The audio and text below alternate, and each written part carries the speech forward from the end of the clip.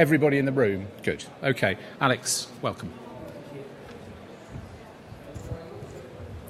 Thanks very much, Andrew. And I'm Alex Fox. I'm Chief Executive of a charity called Shared Lives Plus, and at the moment I chair the Care Provider Alliance of independent social care providers and co-chair the Think Local Act Personal partnership. I'm going to talk about some of the background and the policy context and where we think the micro-enterprise work and this whole focus on working at a very small scale fits within a vision for personalisation which is changing and, as Andrew says, which still experiences some challenges. So I'm going to look first of all at strength-based approaches and try and put that in some sort of context on the journey we've been in. How that's developed into and has become a part of personalisation, and then very briefly, sort of, we have a white paper and now a new care bill, which actually has put some of the thinking here into practice. So. Just kind of casting our minds back, I think that we often, perhaps in social care, aren't proud enough of the progress we have made because we are quite rightly concerned with the progress we haven't made.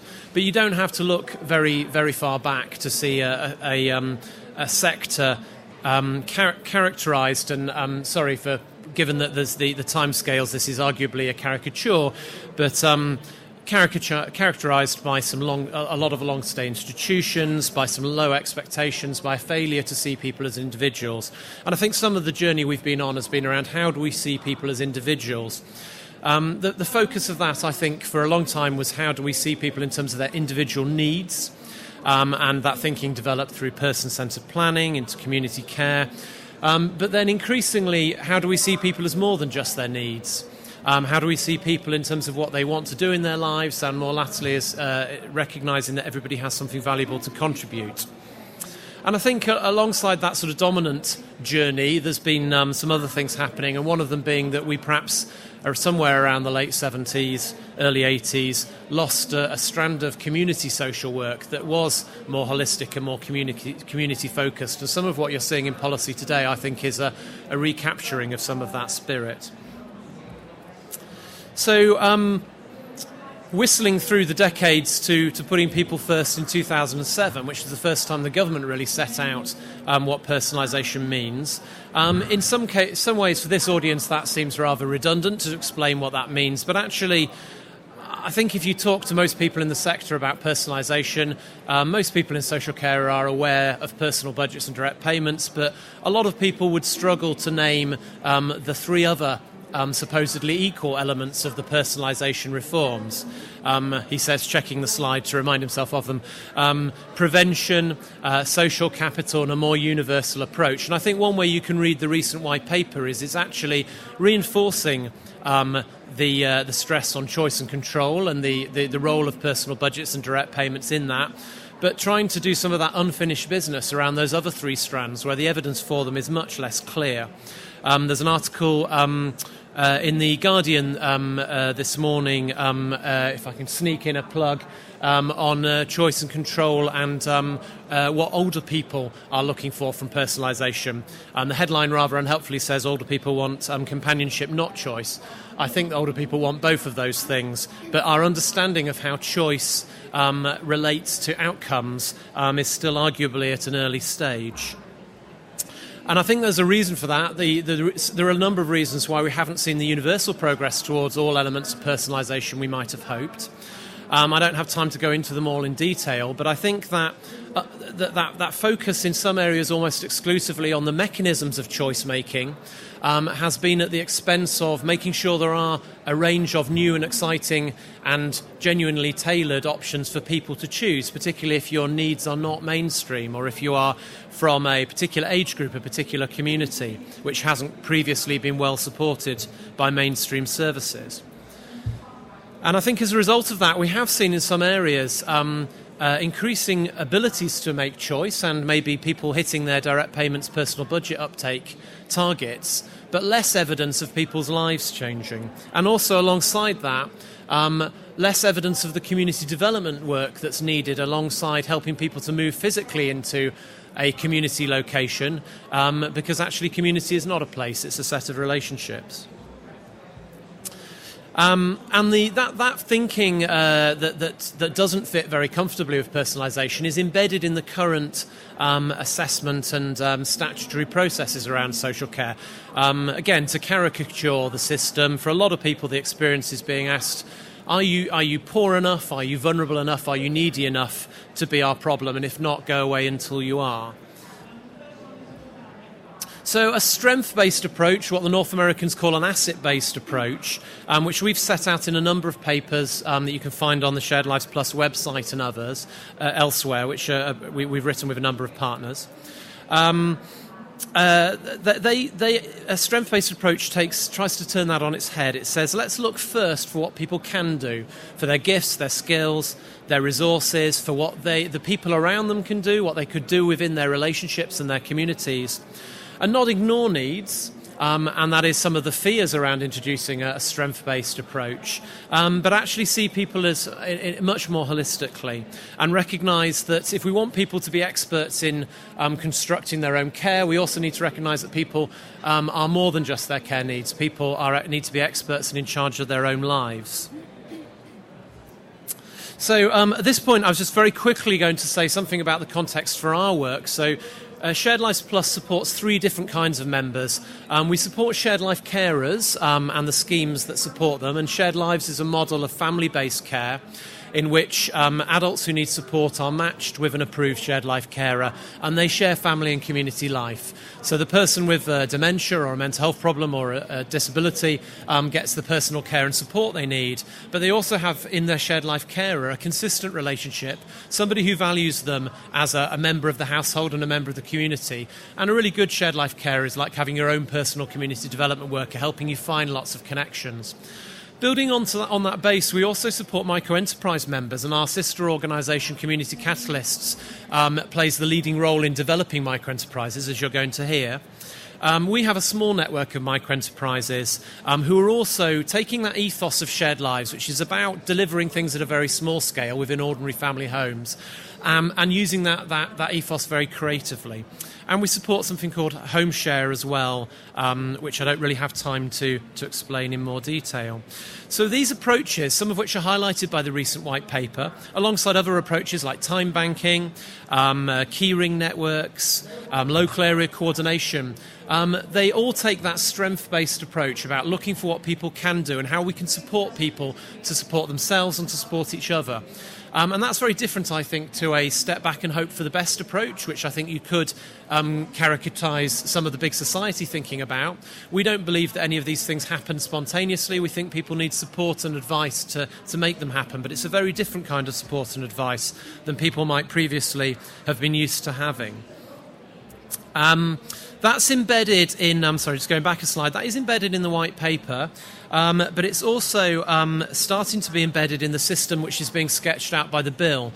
The bill says that assessments in future will look much more holistically at people's needs, but also their preferred outcomes, and at the role of services, but also the role of things which aren't services. That's proving quite a controversial change because people are worried and suspicious, particularly in the current climate, that means an excuse for services to do less.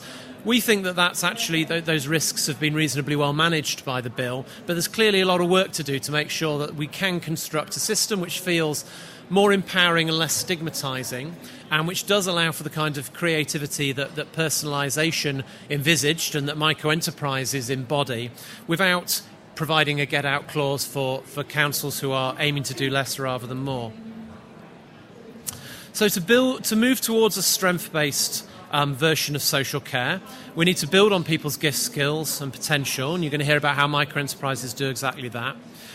We can't, I think, look at people entirely as individuals in isolation, and I think for some people what their experience of what has been labelled the independent living movement has focused very much on the practical skills to live independently, and not thought about the fact that all of us, whoever we are, rely on our relationships and on our communities, our families, if we're going to live a good life, not just a life in which we have a place of our own. So I think that suggests that there is work to do on that unfinished vision around prevention, but actually we think the term prevention is very unhelpful. It's quite negatively focused, it sounds quite medical, and actually we need to move from a system in which there are preventative services and then when they fail there are crisis services, towards thinking about how we build into every intervention we make a strength-based future focus. So in other words, how can we ensure that whenever we interact with somebody, we leave them better informed, better connected to those around them, more empowered, and less likely to become more dependent on services? That's quite different to abandoning people, and it requires a view of people that isn't just people as consumers, however well informed and however well empowered by having direct payments, but actually people moving into the commissioning space. In other words, people acting together collectively, but in the small groups of their choice. And again, for me, microenterprises help people pool their resources in a very nuts and bolts sort of way, either to buy something collectively in a small group, or sometimes older and disabled people constructing something and owning it themselves in a small group. That's quite different to the vision for health, in my view, which is very much about patients as informed consumers, not citizens as commissioners. So local areas can make some steps towards that vision, and some are doing that even in the current climate, because they recognise that the current crisis reaction system is unsustainable, and the only real sustainability is in harnessing some of those untapped resources, not exploiting them or hoping for the best, but actually thinking of what kind of relationship the state needs to have with individuals and families and communities to make those a reality. I'd encourage everyone to look at and sign up to Making It Real, which is on the Think Local Act Personal website, which sets out the difference between just having personal budget targets and personalisation actually feeling real to people. We need to offer planning support to everybody, not just to those who are in crisis. We need to treat people who are involved in care and support in whatever way as potential experts and as equal partners in care. And we need to see community development as core business, not just moving people into a community location, but helping them to form community relationships. And as I mentioned, that also gets into how do we help people take on real commissioning power, not only becoming consumers. There are some tests for success there: higher educational achievement at an early stage in life for disabled people, increasing employment. You can see that as a massively missed target for people, particularly for people with learning disabilities. Reducing isolation and loneliness, particularly for older people. Eradication of some of the thankfully rare instances, but too common instances of hate and mate crime. Good outcomes for people within their relationships. People, for instance, disabled parents whose needs are very much wrapped up in their relationships to others and their role as a parent. And families, family carers becoming financially and emotionally sustainable. I'm going to leave there. I think you get these slides circulated. There are links to some papers there. And I'm going to hand over to Helen Allen from Community Catalysts. My name's Helen Allen, and I'm the Operations Manager from Community Catalysts. As Alex, you're Andrew, Alex has gone down there, touched on, Shared Lives Plus, we're a sister organisation to Shared Lives Plus, and we were set up in 2010. And it seems actually a lot longer than that. We seem to have achieved a fair bit in our 3 years. We're a community interest company, and essentially we were set up to do exactly what Alex has set the scene to do. We want to work with individuals to look at their gifts and talents, harness that creativity, support them to set up tiny little enterprises for people all over the country. Now, we are quite small. That is our aim. Is that better if I go there? Our aim is that people, wherever they live, have got a really good choice of local services in their area. And we think that can really embed personalisation in those areas. Just to set the scene a little bit, going back to 2007, our vision was putting people first was absolutely fantastic, but actually giving people the resources, giving people the money, the personal budget, is just one bit of the jigsaw. If there's nothing out there to buy, then actually people aren't going to get anything different to what they've always had. So our vision was ordinary folk in communities can deliver fantastic outcomes for people. Providers can be ex-staff, they can be people from ordinary people from communities who've never had experience in social care before. They've got a passion, they've got an interest, but they've got something within them, some value that they want to share and make the lives of older people, disabled people different, better. We work with a lot of ex-staff. Staff perhaps unfortunately have been made redundant or are going through that process. Loads of skills, loads of experience and knowledge, and actually can do something themselves. And we support people to do that. So here, micro-providers are local people providing support and services to other local people. They work on that very, very small scale. So we're talking the titchy end. What we class it as 5 or fewer full-time paid or unpaid workers. Many are, we work on a continuum. Some are one-man or woman bands, and we'll be meeting Sarah later, who is one of those, who are self-employed. Some do this on a completely voluntary basis. They might work full-time, but actually they've got a passion for something. Twice a week they want to do something for people in their local community. Right the way through to charities, community interest companies, businesses, people who are doing this as their sole income. They've got to make this work, they've got to make an income from it. And essentially they're bought by people from their own money or personal budget. We don't, at this tiny end, not many micro-providers are able to get tenders, contracts with councils. They struggle to get on lists of the council. Their customer base really is those people with a personal budget, whether hopefully taken as a direct payment, or people who are self-funding. So in terms of what they provide, it's quite difficult, really, to get them all into kind of one slide. And if you want to see the whole range of stuff, we try and get lots of case studies on our website, on our Community Catalyst website. But they're very much, we can't really put them into categories because they're there just to help people live their life. And we think people can't choose services from boxes. But for the purposes of today, and I'll come on to some real stories later, which will kind of hopefully bring this to life. So we've worked with people who are providing supported tenancies, so people, it's not quite shared lives because they're not sharing their family life, but people who have got a second home, and for some reason, I don't know, mum's suffered with dementia, they've got a sister with a learning disability, they want somebody, and they're in nice areas, they've got a house to rent out to people perhaps with a learning disability or mental health issues. Loads and loads of services around well-being and health, enabling people either individually or in groups to do meaningful activities, but actually get some great outcomes at the same time. Lots of stuff similarly around leisure and art services, holidays and short breaks, friendship, good neighbour services, shopping services, cleaning services, drop-in centres, lunch clubs, advice and representation. In some areas we work quite closely with people who this whole personalisation journey is pretty tricky, and people need that support around managing the budgets if they don't want a council managed budget. So we work with people who are offering payroll services, brokers who are trying to find people personal assistants, the whole gamut. Transport's on there. We haven't actually got any transport services. If anybody knows how to crack that one, then do let us know. We do work with some little tiny services who are offering perhaps options for people. The day centres have shut, and actually they want some activities in the day. They don't want to employ a personal assistant because actually that could be quite challenging. So some micro-enterprises are offering opportunities for people to still meet in the group. They pay out the personal budget, and a couple of those services are offering transport as part of that. So it's a really kind of holistic service. So very much focused at, going back to what Alex has said, often the focus is on broken communities. We don't look at what people have got. We see people as needy.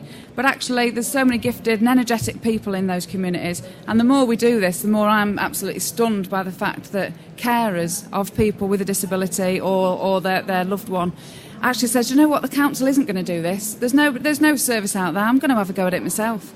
They need that support, and that's where we come in to support them to do that. So just some examples of some micro-enterprise, which I think hopefully enables you to see this. So this is Mr. and Mrs. Hunt. They live in Nottinghamshire, and they're both retired, but they've both worked in social care, older people services, running mega residential homes or whatever. They've retired and they don't want to work, but they can see that actually they've got a lot to give. So Mrs. Hunt has set up a lunch club for older people in their neighbourhood to come in. They also do a kind of a reach out service, so they go into individuals' homes as well and support them in their own homes, trying to bring people together.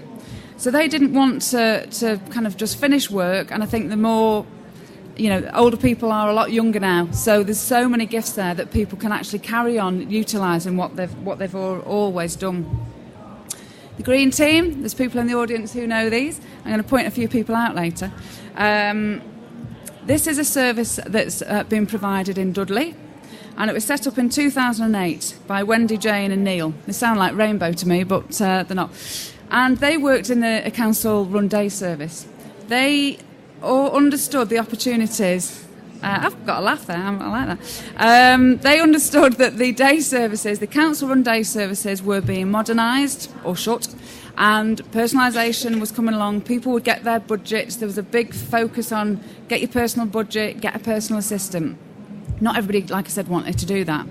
With the support of a coordinator, they were able to look at the opportunities under personalisation to actually think certain bits of the day service that we used to work for were really, really valued. Some bits weren't. People sat perhaps in those big centres, some of them are still there, perhaps weren't valued. But the bits where people got out actually and did grounds maintenance, people really valued that. So they've set up the green team, and they support people with a learning disability to do tasks around gardening and grounds maintenance. They've got a contract with a canal trust, and I've been there, it's fantastic, and they basically manage the whole, not the whole, I could be exaggerating there, bits of the canal. But people come along, they only support 6 or 7 people in a group, but they've just got a real focus on getting people out there, looking at the skills, developing confidence. They also do an awful lot around health in other areas. So they look at the individuals that are coming and to see what it is they want to achieve, whether it's swimming. One chap, I think, did a big bike ride or something. He couldn't ride a bike before. So although they're still operating, they're supporting people in a small group, they really look at the person and what it is they want to do. I think Alex and I have both touched on the fact that there's many disabled people, perhaps whose talents have been avoided in the past. And the more we're working in this area, the more we see that there's so many people who can actually have got a passion, and they want to make that passion into an enterprise and make it available for the people. So this is Jenny. She's a director of Dance Syndrome, which has recently formed as a charity. It was a community interest company. It's now a charity. Founded in 2009, always had a passion for dance, and she's also got a very, very passionate mum who felt Jenny wasn't going to just... Day centres are great for some people, but for her and her daughter, that wasn't right. She was going to get out in life and actually do something that she loved. Always had a passion for dance. She wanted to work as a dance leader. They felt that actually she probably wouldn't get a job doing that in another area. So they wanted her to do it herself. So she went for some training in order to learn how to do that. And essentially they work across the Northwest now. Talk about co-production, it's a really co-produced service. So they've worked hard to engage other people with a learning disability who are into dance. So they have a pool of about 20 dancers with a learning disability and another pool of dancers who haven't got a learning disability. And they deliver workshops for other people with a learning disability to come and learn different dance moves and what have you. The great thing is, if the audience have got a passion for dance themselves, they can actually become part of the social enterprise. So it's it's fantastic. Jenny's recently they get some funding through Comic Relief, and they were recently on the telly with Miranda Hart, and for Jenny that was just an absolute dream come true. But she's doing what she wants every day. And her personal budget has enabled her to do that. She has in the past employed people to support her in some of these ventures. We've got so many examples, to be honest. Another one I would like to share, actually, that I've started working with, is a mum of Greg. Greg was coming through transition services. He was going through the RAS and what have you. And the social worker kept saying he'll need some money some support to access the community. And she just kind of thought, what do you mean, access the community? As if it's over there and he's here. He lives in our family home. He is part of the community. But she recognised that there wasn't... His son's got autism, very, very some complex behaviours. He was never actually going to be able to get into that community in the traditional way. What she saw was, around the Jubilee, there was an advert in their local newsagents helped to deliver letters about the Jubilee, about parties in the park and what have you. What she recognised was that Greg has something that's usually seen as quite complex. When he was out and about, he would rattle people's gates, he'd go up to the doors and try and open the letterbox and what have you. She put the two together. Actually, give him some leaflets and enable him to go to people's doors and do what he loves to do. She's taken that to the next step. She's set up a time banking scheme with a housing association. But that actually is only the vehicle. What her passion is to look at other disabled people, look at what they're good at, do some community connecting. They might need support from a volunteer or a personal assistant to do that, but get them into the community doing something and then get them in as part of the time bank, which is lovely. So I'm just conscious of the time. So basically, how do we work? How do we support micro enterprises? How do we get to the local people? We work generally with councils, with health authorities, third sector partners to establish a local micro-enterprise support agency. That's a very grand title for one person, but what we do is it provides a single contact point for local people with good ideas who want to set up services. Also for existing people who may have had grant funding, the funding might be going, they've got to think differently. They need to understand about personalisation, they need to understand about the gaps in the market. Do we need another dom care service? Maybe not, we need something else. We help people understand what other people want to buy. We make the best use of existing advice and support agencies by signposting. So we tend to employ, sometimes we employ the coordinator, sometimes the council employs, but usually they're based within a council service. Perhaps the market development team, commissioning, but in some areas they're based within perhaps a voluntary a CVS as well. And basically they're there to help people overcome barriers, and we're not there to reinvent any wheels, so we don't, with the coordinators that we employ or are employed, we're not business advisors. We signpost to the local enterprise support organisations, we link with the local CVS to get that support around business planning or setting up a social enterprise. We link with support planners, and we're essentially there to raise the profile of micro providers. One-man bands, one-woman bands on their own are just lost. To try and get in that world of council heads is massive. So that one person is able to do that. We've actually got some coordinators here today. I didn't really want them here listening to this, but so we've got some coordinators from Dudley, from Wolverhampton, from Newham. One of our managers from Barking and Dagenham. So different local authorities are asking us to come in and do this work because they can see the outcomes. One of those is Nottinghamshire County Council. We've been working there for about 3 years now. Rebecca's given advice. These figures have probably actually gone up a little bit. She's had about 200 and odd inquiries now around for people who want to set up. She's working with probably about 60 new providers now. And those numbers might not stack up, but actually in some areas, Unlimited say that actually from every 100 enquiries, only one business will actually ever get off the ground. And we're working hard to kind of increase that number. So basically, she's helped create around about 60 new services, 60 different choices for people in that area now. Older people, learning disability, the whole remit. And people are getting really some positive outcomes and positive feedback. Which is great. So that's my details there, and I'm now going to try and we're going to do a double act, Sarah, aren't we? And we're going to tell our story. So this is Sarah, who works with our coordinator Leanne in Barking and Dagenham.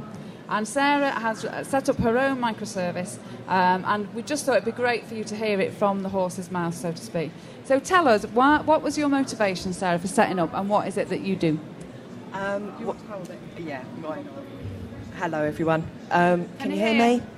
Yeah. I set up my social enterprise purely through my own life experience. For quite a few years, I was unable to work, in pain, depressed. Through life choices, through education, I became more aware of things that I could change in my own life to... Sorry, this is the first time I've ever spoke publicly. You're fantastic. You're doing well. Come on, keep going. Okay. Basically, I could change. I could choose a direction to go in.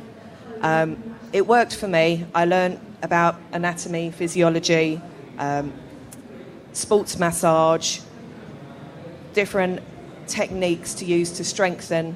I started working with elderly and disabled in the area to help them improve their mobility. But whilst working with their functional problems, I also noted that there were other problems like their socialisation, that they the positive touch technique used within the massage therapy, and the general just chatting with them for 45 minutes about their life, about reminiscing, about what they needed whilst they were either in care or at home, just general things that they might not have spoken to anyone else about. And I've found that doing what I do increases their well-being and their quality of life, because I can pass on those messages. I can notice their own health problems, and I can point them in the right direction. Because I'm a not-for-profit, I've got connections with the third sector in Barking and Dagenham, so I can pinpoint them to other services that can help them make their lives better. Yeah. And how long have you been going now? How long have you set up? I started in September last year. And has it been difficult? I mean, we do find that for many micro-enterprises, it's not an easy journey. It's a challenge. And actually, you've got to have the passion. You've got to have the will to do it, because there's a lot of hurdles kind of along the way. Can you tell us maybe 3 top barriers that perhaps that has made it quite difficult for you? Okay. The top barriers are mainly being noticed. Being a small provider, no one notices you. They don't notice your name. And it's getting in contact with the people that you need to move forward and promote your service to make a difference in the community. I think that touched on earlier, it's very difficult for small providers to get on preferred provider list. Councils want to move to the choice and control, but actually some of the old systems are still there. So we've still got issues where if you take your personal budget, but if you take it as a direct payment, you can perhaps choose anything. If you take it as a managed budget, then perhaps you still have to stick with some of our lists. And I know Sarah works quite closely with the coordinator, Leanne, in Barking and Dagenham. And part of her role has been trying to get Sarah's service known to people. We can always see the benefits, the outcomes for people, but actually trying to get to busy social workers, families who are finding the whole process quite difficult is a challenge. And what Leanne was able to do in that area, because she sits within a commissioning team, she knows of the events that are going on, she brings the providers to the attention of commissioners, brokers, support planners. And there was a recent event, I can't get the microphone to you, Monica, but I know you were there. So we create our own little list to tell people what services are there, but it still doesn't actually bring it to life for people and understand what outcomes can be achieved. So in Barking, I know Leanne invited you, Sarah, to a support planning meeting where there was a bit of a speed networking session.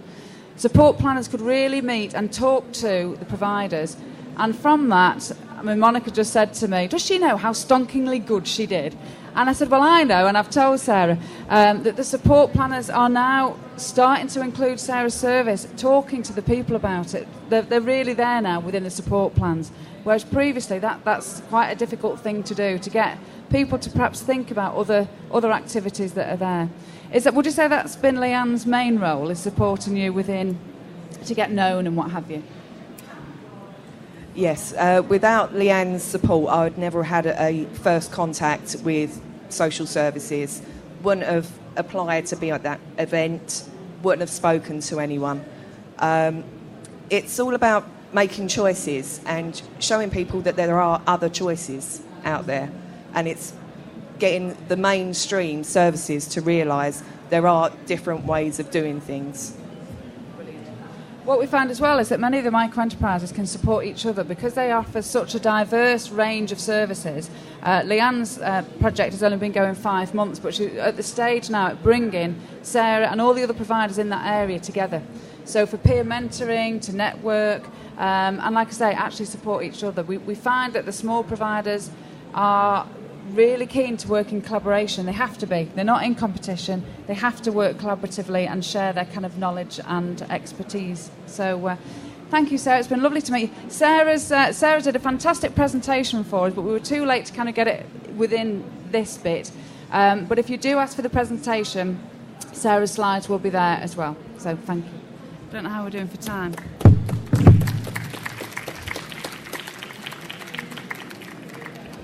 Thanks very much. There's a chance now for questions and discussion. So I'm going to invite our 3 speakers to come back up onto the platform. And I think we're going to use the roving microphone to get questions to you. I don't know if there's somebody running around with a roving microphone, but if not, we'll pass it round. And you might... I've got thousands of questions, so if you haven't got any, I'll ask them all. But you might want to ask Alex about the bigger context, really, around the spirit of the bill and the extent to which it's likely to find a reality in the current constraints of the system. It's a big shift, but a welcome shift. But also you might want to hear more about the practicalities of how you get micro providers to the attention of people who might be using them and how they grow their businesses in that respect, or anything else you're interested in. And also, if you are yourself a micro provider in the audience, you might want to share your own insights very briefly. If you are going to ask a question, could you say who you are at the outset? So who'd like to go first, and we'll get the microphone to you. Yes.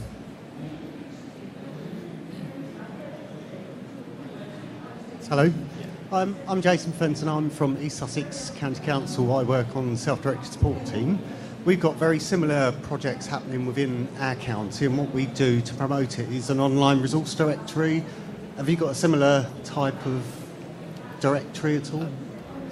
So we know there are quite a few areas that have a directory of that kind, and there's been some really interesting work around ensuring that directories and e-marketplaces are genuinely accessible to micro-enterprises. So sometimes, and I don't know yours, I'm sure it's brilliant, but sometimes they're some of the hoops you have to jump through to get into that marketplace look quite similar to the hoops you had to jump through to, say, get into a preferred provider list, which means that some of the same old services. So it sounds like yours has addressed that and has done that proportionately. And I know Helen and colleagues have done some really interesting work around a quality mark for micro-enterprises, which is aimed at being a more proportional way of helping very small enterprises demonstrate safety and quality in a way that is much more relevant to them than the kinds of hoops you might want a very large provider to jump through. So. Absolutely, yeah, and I think that is the challenge, that we know we need to get micro-providers onto the online resources and what have you, but in many areas they're just not there yet. We've been waiting for a long time, but they're not quite there. So in the meantime, how do we get the word out? And we do have our own list, we do market style events and what have you, but we very much engage with that process. Yeah, thank you. I'll over there, and then I promise you're next. Thank you. Jerry Hall from OLM. We found with customers of our My Life system that actually where the directory of information has been built by non-social care staff, probably information and community-based people, but actually they've got a much wider base of knowledge about what's out there. And in fact, if you ask, social care will tend to look at its existing provider base, and I think if you can find other people who own those directories, actually that's a better way of getting your name out there. I think we'd agree with that. In Barking, there is a micro provider who would love to get involved in setting up that online marketplace. He supports people with a learning disability, and he's got all the technical stuff there that he could kind of make those next steps, but actually it's making those next steps. But we think it would be ideal. It would be the people with a learning disability deciding what the hoops are that providers should, and what might be important to social care staff or the council might be very different to. So yes, we're working on that one, definitely. Where was it next? Over here. It's tough, I think, asking you to speak and then run round, but it is kind of in the spirit of micro provider and self-directed and all that sort of thing. Yes. Hello, my name is Adilson Mateus. I'm a micro provider as well, coming from Community Action Care Services. I run a semi-independent educational care home for vulnerable young people in London.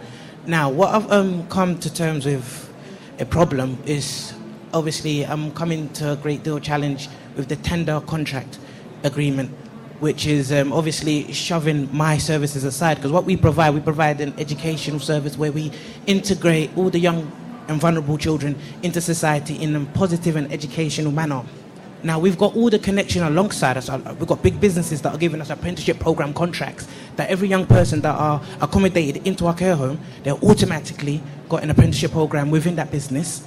And obviously we're affiliated with a vocational college as well, so they get qualified in the area that they're studying whilst they're getting physical experience. Now, it's been harder for me to deliver that and retrieve a budget because of the tender contract that are in place, which is putting me far behind. Now, I'm trying to find an alternative to help these young people, as which I found an agency called Alone in London, which they've got 150 homeless young children in London that are needed my services, and they eagerly want to put these kids into my care home and under my, services. But I'm finding it hard to find the budget to find the workers to push on the services and maintain them into my care. So that's the part where I really... That was, that's... I don't know if you want to go answering that. That was going to be one of my questions, really, which is the uncomfortable fix between the current preoccupation with competition and procurement and all those sorts of things, the formality of the system, which excludes all but the very biggest organisations potentially, and the reality on the ground of what you're trying to achieve, which is actually a sort of something that taps into the assets of a community and the entrepreneurial spirit of individuals. And it's a real problem, isn't it? So what's the answer? If I knew, I wouldn't be here. But, and I think that is what we do. We get to the grit of what's the reality in an area of, the council's striving for this. Many councils think they're doing great creative things, but actually when we sit on some of the meetings, they're still talking about mini competitions and mini tenders and all we can do, and unfortunately we only work in certain areas where the local authority brings us in. But we really have to encourage people to the providers to look at that more people with a personal budget, self-funders and what have you.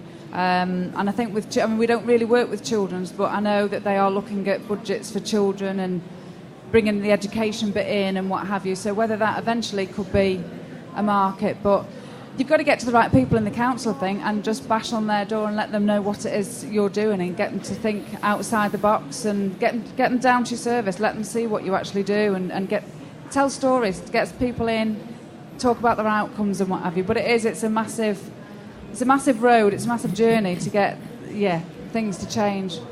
And I think that people who use really successful services which are outside of the traditional service box, the people who are using those and their families can be incredibly powerful advocates for change at a more strategic level. And I think sometimes, some of what we see we're there to do is to help through our members and through other people who are involved to try and get people involved in those decision-making processes. And as you said, there's often a real gap between giving people direct payments, personal budgets at an individual level, and then a whole load of stuff going on at a strategic level, which actually pulls in completely the opposite direction.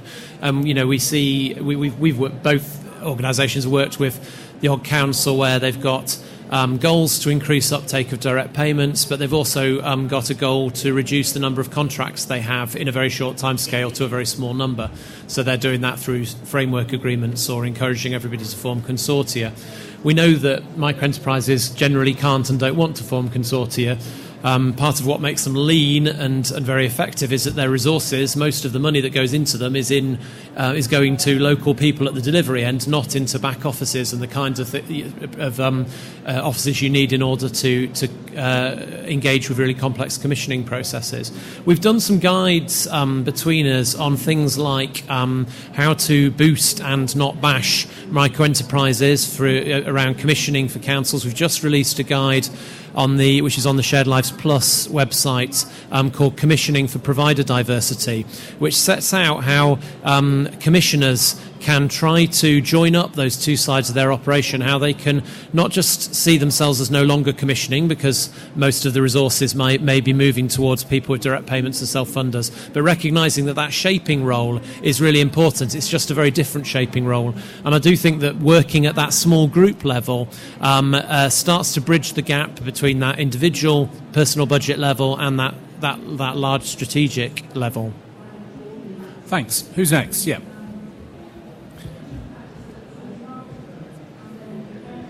Sorry, I'm Monica Needs from Barking Dagenham. I work in market development. Just quickly, it's a comment on the last question. You want to have a look at McDonald's websites on the pilots around children's services. Bexley and Bromley are giving people personal budgets with children that are at risk. So it'd be really interesting to look at that right now. Okay, you might want to talk afterwards. Who's next? Yeah. Sorry, I've got another question. You mentioned earlier about managed budgets by the council being a direct payment, therefore... can you hear that? Yeah. No, you mentioned about direct payments, then a managed direct payment, therefore only having the choice of preferred providers.